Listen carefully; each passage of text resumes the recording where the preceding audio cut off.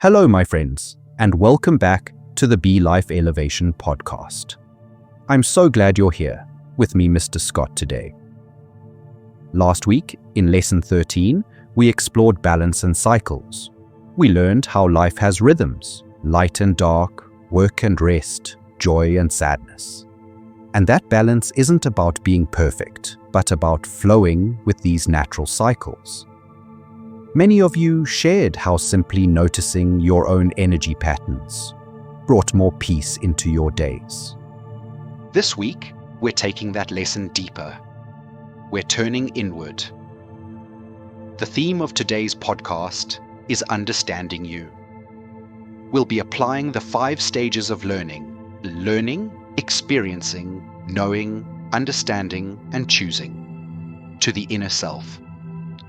And to help us on this journey, I couldn't ask for a more insightful guide than our guest today, the great thinker and psychologist, Carl Jung. Carl, welcome to the podcast.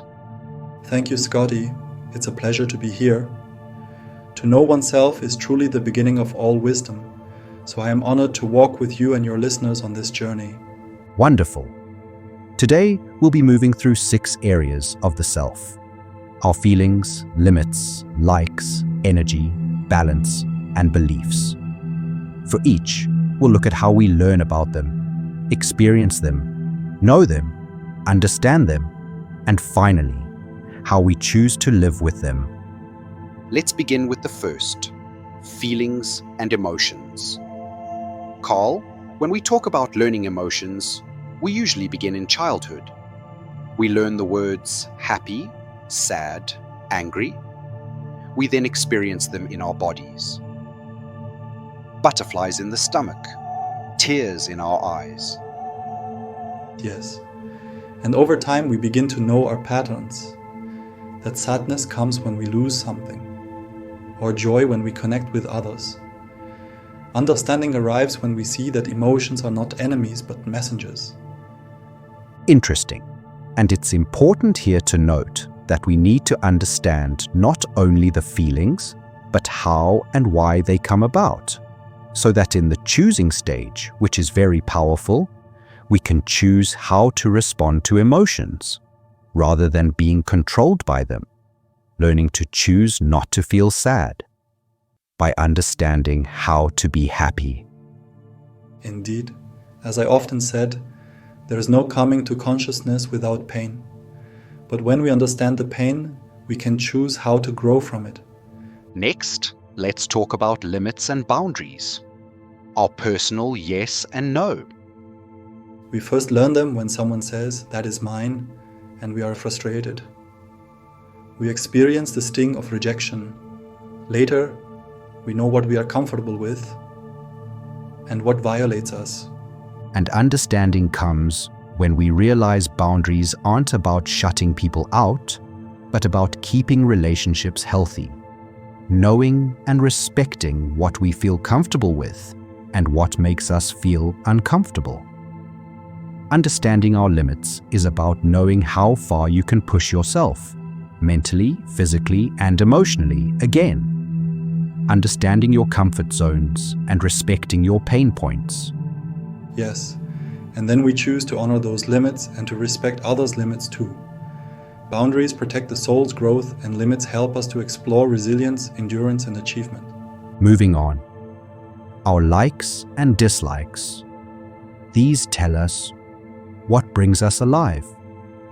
A child first learns they like sweetness or a certain game. They experience joy in doing it. Over time, they know their preferences. Books, music, friendships. And with understanding, we see patterns. We see what drains us, what excites us. We see how to elevate our moods and how to let go. Here we experience control, learn sharing, and understand reward. Exactly. And then we can choose joy consistently, rather than betraying ourselves with negativity. Energy is so important. We all have cycles of high and low energy. Yes. First, we learn that sometimes we feel strong and sometimes weak. We experience these shifts in body and spirit We know if we are morning people or night owls. And when we understand this, we stop forcing ourselves to always be on and instead align with our natural flow. We understand when and how to lift ourselves up and share our energies. And we learn when and how to conserve and build our energies. Correct. And then we choose when to rest and when to act. This is wisdom. Not to fight the cycles, but to work with them. These tie beautifully into last week's teaching on balance and cycles. We learned balance is not static, but rhythmic, like the breath or the turning of seasons. And inwardly, this applies too. We balance introversion and extroversion, giving and receiving, effort and ease. Yes, and when we understand this, we can choose harmony within ourselves. We gain clarity on what cycle we are currently in and which cycle we are moving into next. This understanding helps us to fine-tune our balance, adapting and changing our routines and focus. Finally, let's talk about beliefs and views. We learn beliefs from parents, teachers, culture. We experience them as truth. Later, we know which ones resonate with us. And when tested, we gain understanding of whether they hold. We begin to understand which are false and hold no power, and which are beautiful truths and give us energy. The key here is to let go of those that are not healthy or harmful, and to consistently and with discipline hold on to the beliefs and views that inspire and bring you joy. It is said that no outside voice is louder than our inner truths. Exactly. Then we consciously choose what to keep and what to let go. As I've said, your vision will become clear only when you look into your own heart. Who looks outside dreams, who looks inside awakes. Carl, I'd like to share a little story to anchor today's teaching. One day in a magical and forgotten land, a young traveler named Tobias entered a vast and beautiful garden filled with mirrors.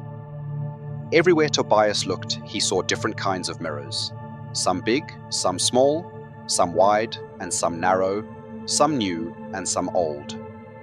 As he looked around, Tobias noticed, in one small and wide mirror, his emotions. Sometimes they were stormy and sometimes calm. Looking into another mirror, this one long and narrow, he saw his boundaries, a line between himself and others. Amazed, he quickly sought out another mirror. This one showed his joys. Another showed his energy rising and falling.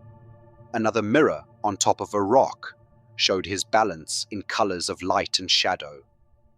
Finally, a big old mirror with a thick wooden frame reflected his beliefs and truths.